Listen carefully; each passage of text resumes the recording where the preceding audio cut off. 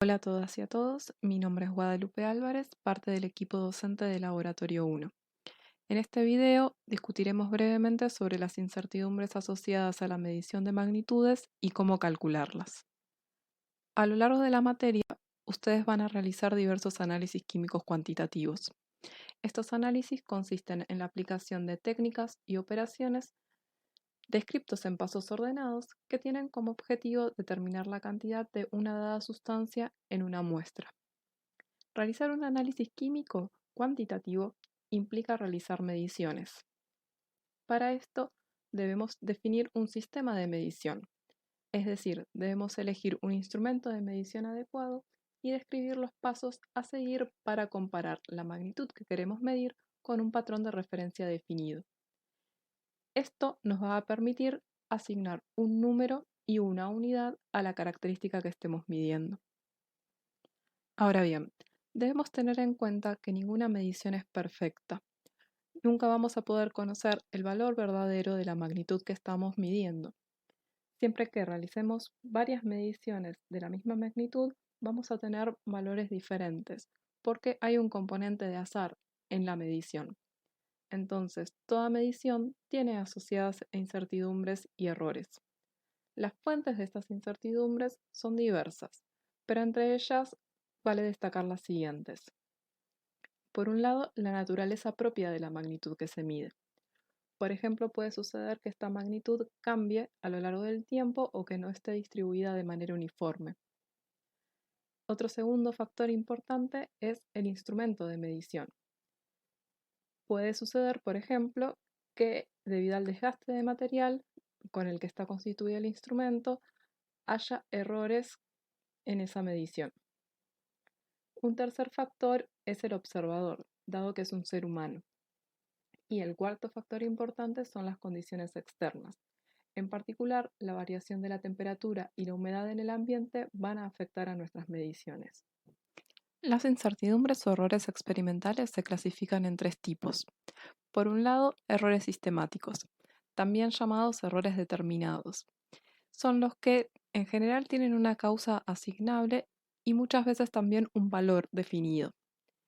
Este tipo de error conlleva a un sesgo, es decir, a una diferencia entre el valor medido y el valor real o aceptado como real. Afectan a la medición siempre de la misma manera y si se detecta este tipo de error puede ser corregido. Estas incertidumbres tienen en general tres fuentes asignables.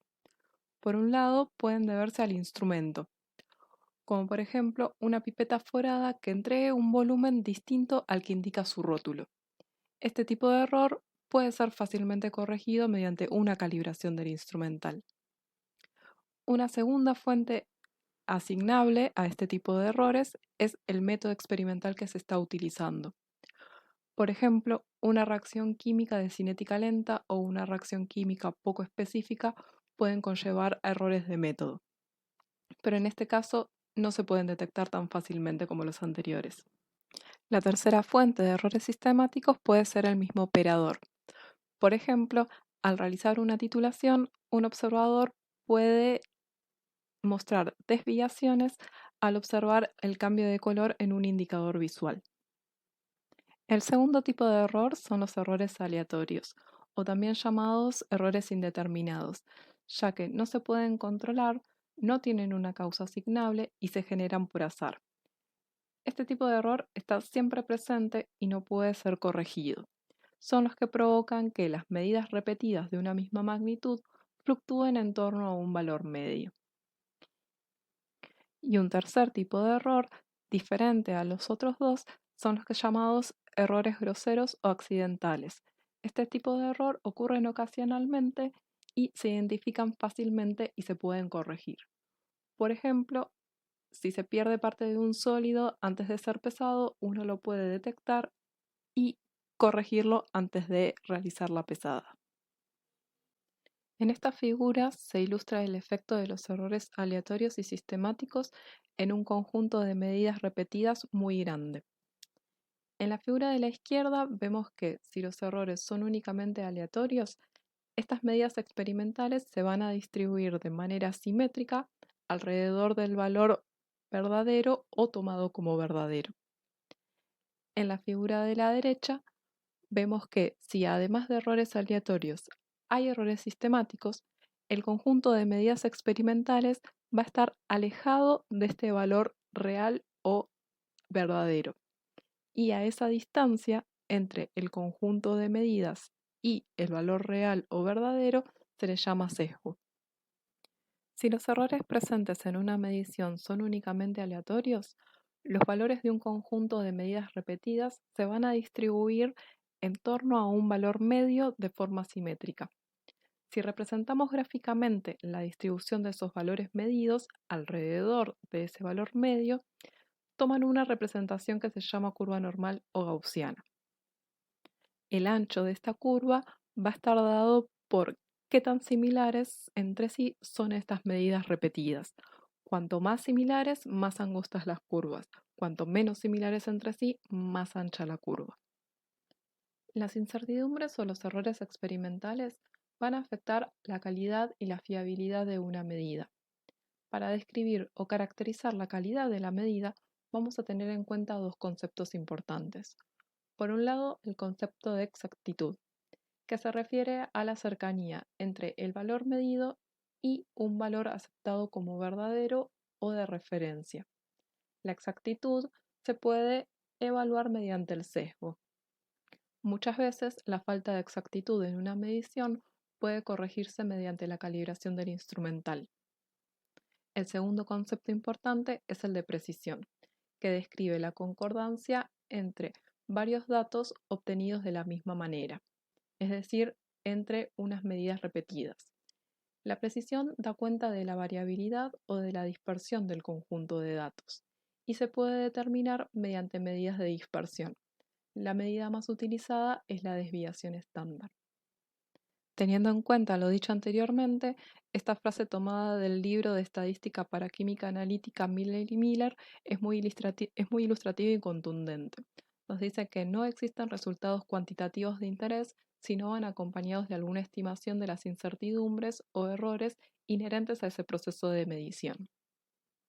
Teniendo entonces presente esta frase de Miller y Miller, para informar de forma adecuada el resultado de una medición, debemos tener en cuenta que el valor de la medición debe ir acompañado por una estimación o un cálculo de la incertidumbre. Debemos tener en cuenta que ambas magnitudes deben estar informadas con la misma unidad que corresponda y además ambas deben ser expresadas con una cantidad adecuada de cifras significativas. Recordemos entonces rápidamente a qué llamábamos cifras significativas. Las cifras significativas son los dígitos que componen un número y que se conocen con cierta certeza. La última cifra significativa de cualquier magnitud medida tiene una incertidumbre. Y la mínima incertidumbre que puede tener ese dígito es de más menos 1, una unidad. Las cifras significativas además nos dan una idea sobre la precisión de una medición.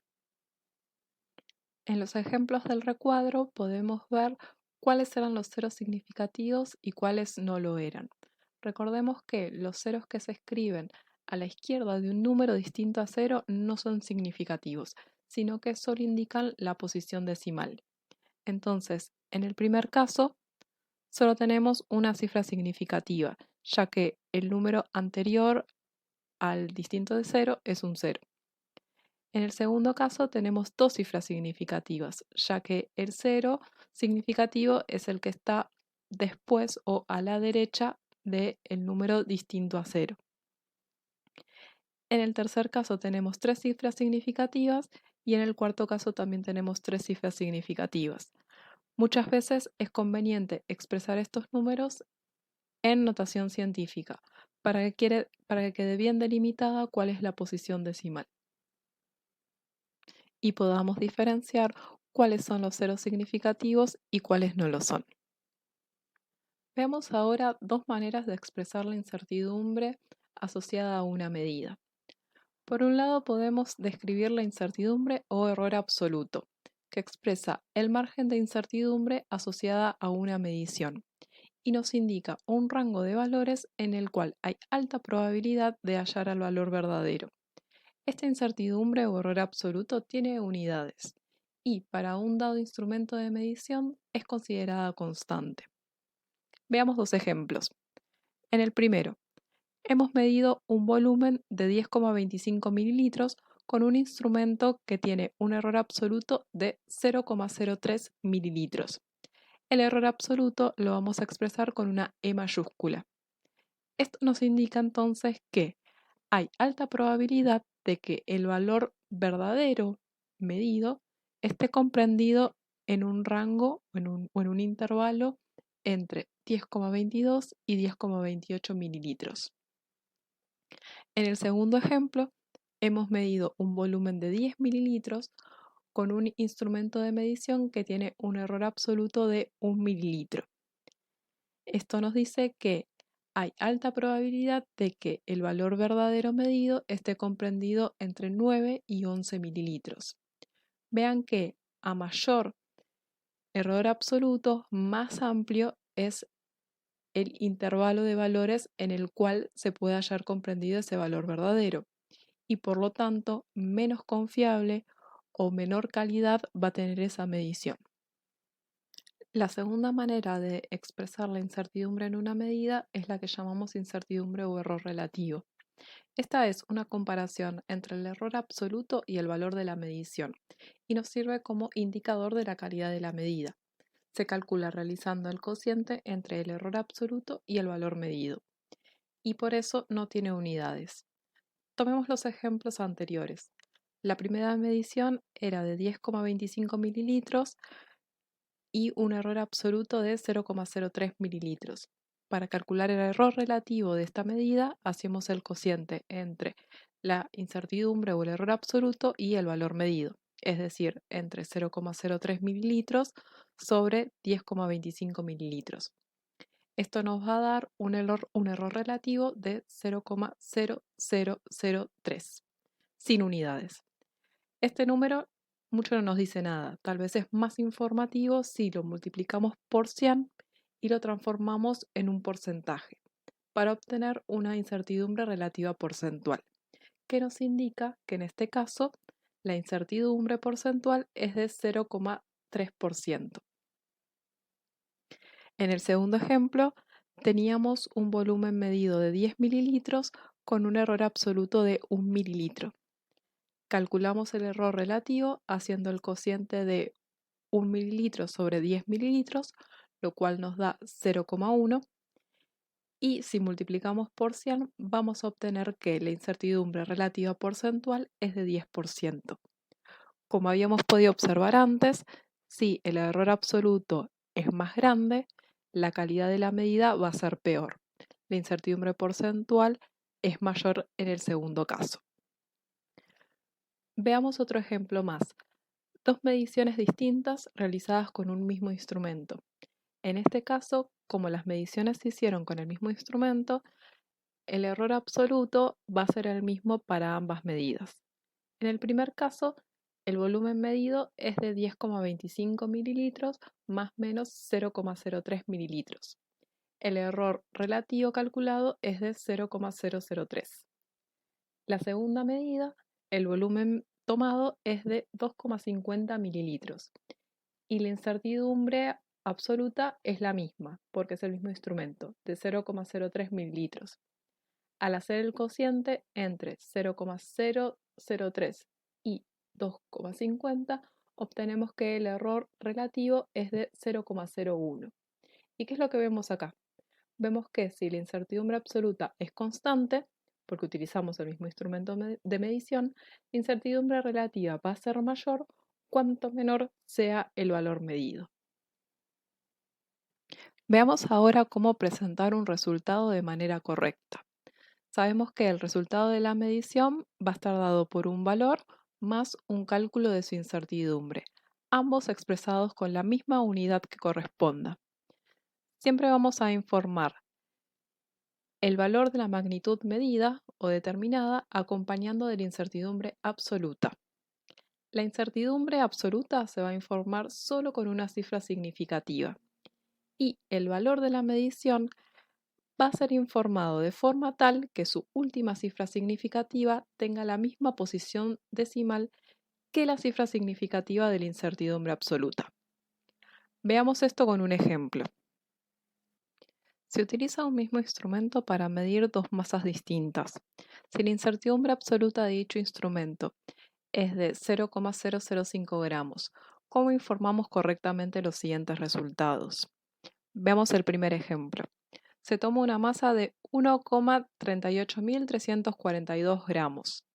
Fíjense que esta masa medida tiene 5 cifras decimales, mientras que la incertidumbre dada por nuestro instrumento tiene solamente 3. Entonces debemos truncar el valor de la medición para hacer coincidir el número de decimales de la medición con el número de decimales de la incertidumbre. En este caso, debemos tomar solamente 3 cifras decimales para la medición.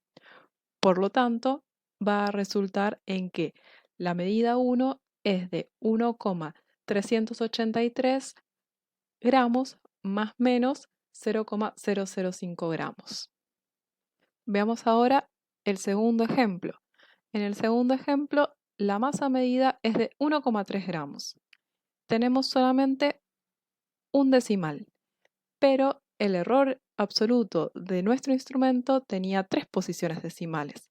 En este caso, vamos a completar con ceros esas posiciones decimales que nos faltan para igualar la cantidad de decimales de nuestra medida con la de la incertidumbre. Es decir, estamos agregando ceros que son significativos. En este caso, la medida número 2 va a ser de 1,300 gramos más menos 0,005 gramos. Pasemos ahora a la última parte del video, que es cómo calcular la incertidumbre o el error experimental. Para eso vamos a distinguir 3 casos distintos que nos va a tocar en el laboratorio. El primer caso es realizar una medición única directa. El caso 2 es realizar una medición indirecta. Y el caso 3 se realizan mediciones repetidas. Para cada uno de estos casos, el cálculo de la incertidumbre va a ser diferente. En el primer caso, se realiza una única medición directa. Esto quiere decir, utilizamos un instrumento de medición que nos va a permitir medir la magnitud que nosotros queremos informar y vamos a informar ese mismo resultado. En este caso, la incertidumbre va a estar dada por la apreciación del instrumental, es decir, por la menor división de la escala del instrumento. En general, se suele tomar como incertidumbre más menos 1 en el último dígito que nos da la mínima división del instrumento. El resultado de la medición va a ser entonces la magnitud medida más menos esa apreciación instrumental, con las mismas unidades. Por ejemplo, vemos que la lectura de una balanza nos informa el peso medido y eso es una medición directa. Entonces, en este caso, vamos a informar directamente la lectura de la balanza, que sería 17,46 gramos más menos 0,01 gramos. En este caso, tomamos una incertidumbre de 1 en el último dígito que nos entrega la lectura de la balanza. Veamos ahora cómo calcular las incertidumbres cuando se realizan mediciones indirectas. ¿Qué sería una medición indirecta? Sería aquella que no se obtiene directamente tras la lectura del instrumento, sino que requiere una relación funcional que nos relacione dos o más mediciones para poder informar el resultado de esa medición. En este caso, para calcular la incertidumbre de una medición indirecta, debemos realizar una propagación de las incertidumbres de las mediciones directas de las cuales deriva. Si la función que relaciona las mediciones directas es una suma y o una resta, la incertidumbre absoluta de la medición indirecta se va a obtener sumando las incertidumbres absolutas de las mediciones directas de las cuales deriva. Si las mediciones directas se relacionan mediante multiplicaciones y o divisiones, La propagación de las incertidumbres se va a realizar a partir de las incertidumbres relativas de las mediciones directas. Esa propagación se realiza sumando los cuadrados de esas incertidumbres relativas y tomando la raíz cuadrada de ellas. El resultado de esta propagación va a ser la incertidumbre relativa de la medición indirecta. Entonces, para poder informar el resultado correctamente, vamos a tener que transformar esta incertidumbre relativa en una incertidumbre absoluta. Y eso lo hacemos multiplicando la incertidumbre relativa que calculamos de la propagación multiplicado por el valor medido. Pasemos ahora a un ejemplo para aclarar todas estas ideas. Supónganse que queremos determinar la densidad de una muestra líquida. Para eso vamos a medir un volumen conocido, en este caso vamos a usar un matraz aforado de 10 mililitros y vamos a pesar la masa de ese volumen, para luego calcular la densidad dividiendo la masa de la muestra sobre el volumen de la muestra. En este caso vamos a hacer tres mediciones. Por un lado, la primera medición directa sería la del volumen, ¿no? Utilizando el matraz. Y las otras dos mediciones van a ser las que nos permitan conocer la masa de la muestra con la que estamos trabajando. Esto lo vamos a hacer realizando dos mediciones de masa. Por un lado, midiendo la masa del matraz vacío y por otro lado, midiendo la masa del matraz más el volumen de muestra. Entonces, primero que nada, calculemos la magnitud que queremos determinar, es decir, la densidad de la muestra. Para eso necesitamos la masa de muestra con la que estamos trabajando y el volumen de muestra con el que estamos trabajando. La masa de la muestra la vamos a obtener por diferencia entre la masa de el matraz más la muestra menos la masa del matraz. ¿Bien? Si reemplazamos por los datos que nos da el problema, obtenemos entonces la masa de muestra, ¿no? Realizando una resta. La masa de la muestra fue obtenida de manera indirecta, realizando una resta. Entonces, para calcular la incertidumbre asociada a la masa de la muestra, vamos a sumar las incertidumbres de las magnitudes de las cuales deriva. Es decir, vamos a sumar la incertidumbre asociada a la masa del matraz más la muestra y la incertidumbre asociada a la masa del matraz. Si sumamos estos dos, nos va a dar entonces que la incertidumbre asociada a la masa de la muestra es de más o menos 0,02. ¿Sí? Sumo magnitudes absolutas. Cuando lo sumo, me olvido de los signos. Bien, el volumen de la muestra está dado por el volumen del matraz aforado. En este caso se utilizó un matraz aforado de 10,00 mililitros que tiene una incertidumbre asociada de 0,05 mililitros. Para calcular la densidad de la muestra vamos a hacer el cociente entre la masa y el volumen de muestra. Hacemos el cociente, en este caso nos queda que la densidad es de 0,753 gramos sobre mililitros, pero nos falta calcular la incertidumbre. Como en este caso la densidad deriva de una división entre dos magnitudes, vamos a tener que hacer una propagación en la cual estén involucrados los errores relativos de cada una de las mediciones de las cuales proviene esa densidad. Es decir, tenemos que calcular el error relativo de la masa de la muestra y el error relativo del volumen de la muestra. ¿Sí? ¿Se acuerdan que el error relativo lo calculamos haciendo el cociente entre el error absoluto y la magnitud medida? Entonces, para la masa de muestra, hacemos la división entre el error absoluto de la masa de la muestra sobre la masa de muestra. Y el error relativo para el volumen lo hacemos dividiendo el error absoluto del volumen sobre el volumen medido. Y fíjense que los errores relativos no tienen unidades. Bien, una vez que tenemos los errores relativos, vamos a hacer la propagación para calcular la incertidumbre relativa de la densidad. Esto quiere decir que vamos a sumar los cuadrados de cada una de estas incertidumbres relativas y aplicarles la raíz cuadrada. Al hacer esta operación, obtenemos entonces la incertidumbre relativa de la densidad. Pero si queremos expresar correctamente este resultado, tenemos que expresar esa incertidumbre como incertidumbre absoluta. Esto lo hacemos multiplicando la incertidumbre relativa por el valor de la densidad.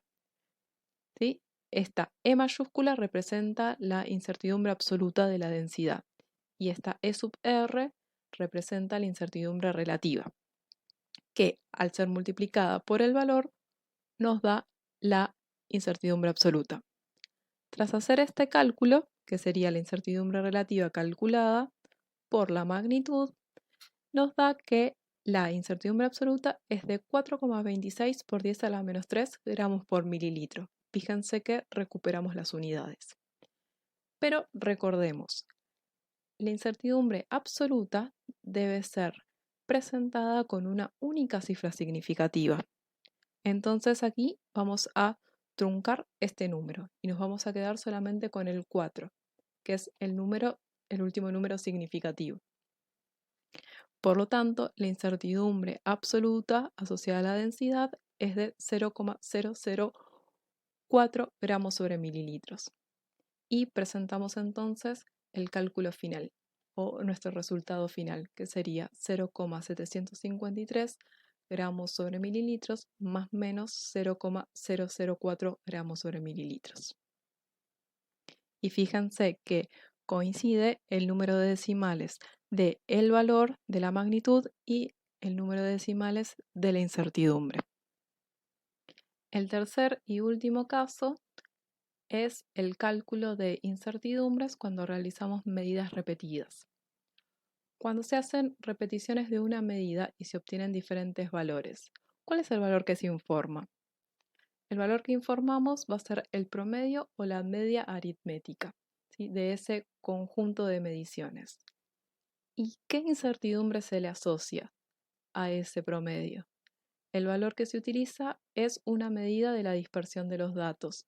En este caso va a ser la desviación estándar, que está dada por esta ecuación de aquí. Entonces, cuando realizamos muchas medidas repetidas, el valor que vamos a informar va a ser el promedio más menos la desviación estándar, siempre teniendo en cuenta las unidades que correspondan. Bueno, esto ha sido todo, muchas gracias y por favor no duden en contactarse con nosotros ante cualquier duda o consulta que les surja.